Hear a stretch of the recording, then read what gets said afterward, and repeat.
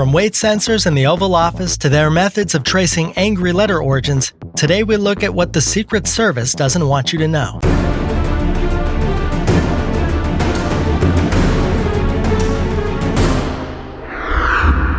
Number 15. Never infiltrated. Perhaps rarely mentioned so as to not tempt anyone to try, the Secret Service has a leg up on most other federal agencies. They've never been infiltrated. That is to say, even though agencies like the CIA, FBI, and NSA have had spies uncovered within their ranks, the Secret Service's record remains traitor-free. The lifelong career path, high qualifications, and low chance of actually working anywhere near the president are all possible reasons why no spy has successfully permeated the agency's screening process. Number 14. Oval Office pressure pads. When you become President of the United States of America, the weight of the nation and even the world can feel like it rests on your shoulders. But what about your weight? Well, if you're in the Oval Office, it's probably resting on a high-tech tracking system belonging to the Secret Service. Installed to help monitor the president's safety while respecting private discussions and matters of extreme confidentiality, the pressure pads in the office of the Commander-in-Chief sit underneath the carpet. These measure the president's weight and informs the agents of his specific location in the room at any given time. Number 13. Food surveillance. If you think the Secret Service watches over the president like a hawk, then you should see how they inspect his food. Whether on the road or safely at home, Secret Service agents are constantly in attendance during meal preparations. Small food carts or local restaurants are typically off-limits, as it can be impossible to guarantee the safety of the cooking when so much of the usual ingredients are pre-prepared. Pizza delivery is allowed, but they have it sent to a nearby address to disguise its recipient and lower any associated risks. But even a Christmas fruitcake from a loved one is restricted, as every bit of the meal's construction requires thorough supervision. When traveling, stewards from the Navy are brought onto the presidential trip and exclusively cook all the meals. Number 12. Fake bullet training. Any attackers hoping to catch the Secret Service off guard ought to think twice, as these agents regularly undergo an intense 8-week training regimen. From first aid to high-level forensics to aquatic rescue techniques, the agents of the Secret Service are prepared for any situation, especially if it means taking a bullet. Trainees will run scenario drills that involve agents attempting to protect their escorted party from non-lethal marking rounds. This faux ammunition indicates where the target or they themselves were hit. While not especially harmful, these bullets do sting. The experience undoubtedly toughens, but also wisens them up to the realities of potentially being faced with an emergency shootout. Number 11. Evaluating suspects. It doesn't matter if it's a rant on social media or a sign outside the front gates of the White House. Any threat voiced towards the President of the United States warrants an investigation by the Secret Service. It's their job to differentiate between what is just drunken rambling and what poses an actual threat. Engaging in a tactic the agency refers to as protective intelligence, the Secret Service will go on to interview employees, associates, neighbors, and friends to get a better look at how serious of a threat the person poses. More often than not, these threats are simply a disgruntled citizen verbally lashing out and focusing their frustrations at the leader of the nation with no actual threat intended. Number 10. Misconceptions. Thanks to modern portrayals of the Secret Service in film and television, many believe the agency to be a small, elite organization that is constantly in a suit and sunglasses. In reality, the modern Secret Service is quite a bit different. While you may only see them in relatively smaller numbers at public events, the number of Secret Service employees at a time is nearly 6,500. These employees divide the course of their work in phases, with an initial period of years spent working an office position before being promoted to protective field work for 4 to 7 years. After that service is up, they return to an office position to finish off their career. In addition, Secret Service field offices are located in every state and even some foreign countries, not just in the nation's capital. Which means that not only are there plenty of them, but they're everywhere too.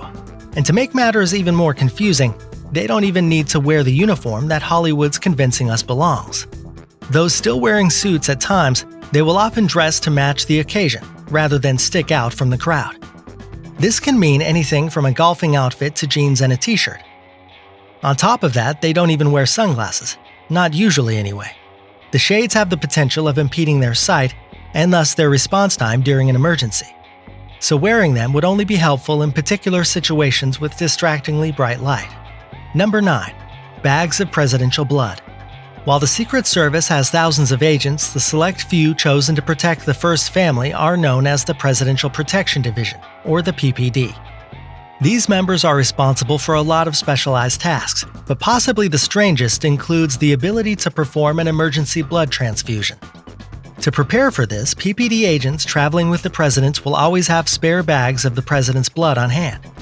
They also stay within 10 minutes of a trauma center at all times and preemptively post agents at all nearby hospital operating rooms. Thanks to measures such as these by the Secret Service, the Commander-in-Chief has a higher chance now than ever throughout history of surviving an attack. Number 8. The President may be packing. It's fairly common knowledge that agents of the Secret Service carry a firearm at nearly all times, if not some other weapon instead. But what most civilians probably don't know is that they're not always the only one with a piece. As was the case for President Ronald Reagan's time of service, according to the Secret Service, Reagan carried a .38 caliber revolver in his briefcase that he would take aboard the presidential private plane Air Force One. He kept the stashed weapon secret from most, though apparently the Secret Service knew of its existence. Even his own Vice President, George H.W. Bush, was unaware of the extra protection the president had provided. Number 7. Floors below the White House. Though massive and often under some sort of expansion, the president's pearly home office is much larger than it appears.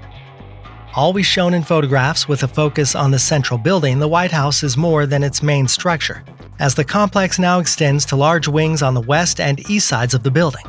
These three components of the White House are connected through large colonnades. But even if you haven't seen them often, many still know about these extra buildings that form the White House complex. What most civilians may not be aware of, though, is the existence of at least another 2 floors beneath the 4-story executive residence, as the main building is called. These lower levels house the various machinations that keep the White House running, such as the laundry room, air conditioning and heating rooms, water softening controls, and electrical switches. But given its absence from public view, there's no telling what's kept down there. Number 6. Presidential privacy problem. The paparazzi can be aggravating enough when elected to the Oval Office, but the Secret Service takes it to the next level when they begin serving a president. Given some historical events and tragedies with former presidents, it's become a regular occurrence to film the president at all public events.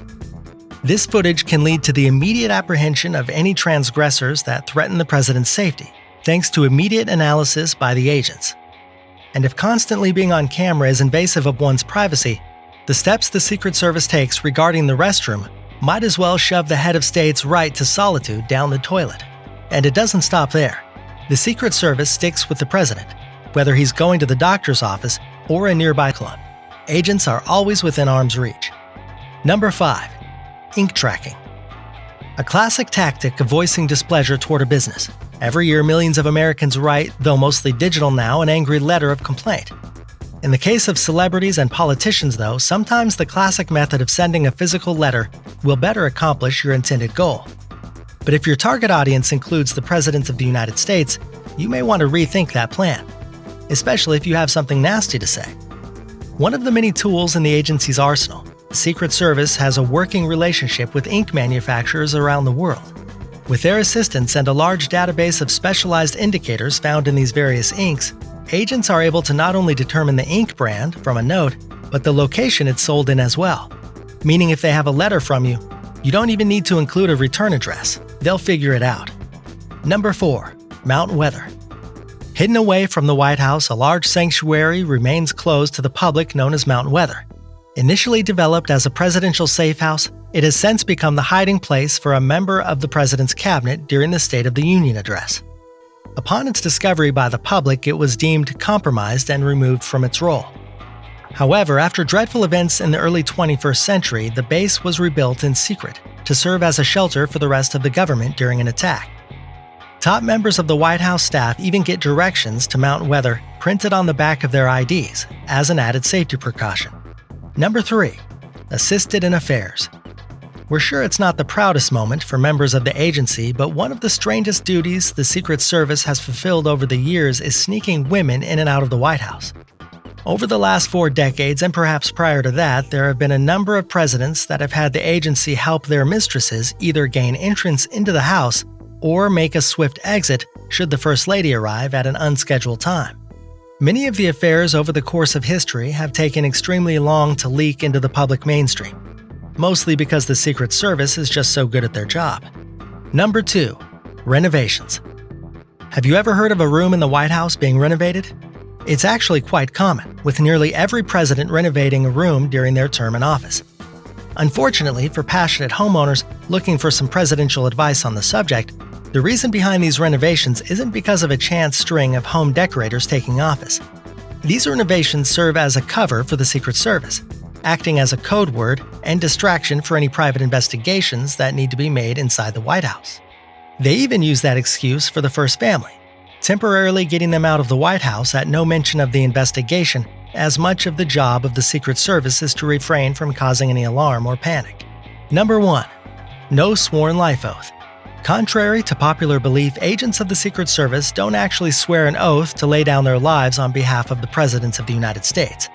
It's certainly stated that it is a possibility, and agents are fully aware an incident may arise in which there's no other option when protecting the head of state.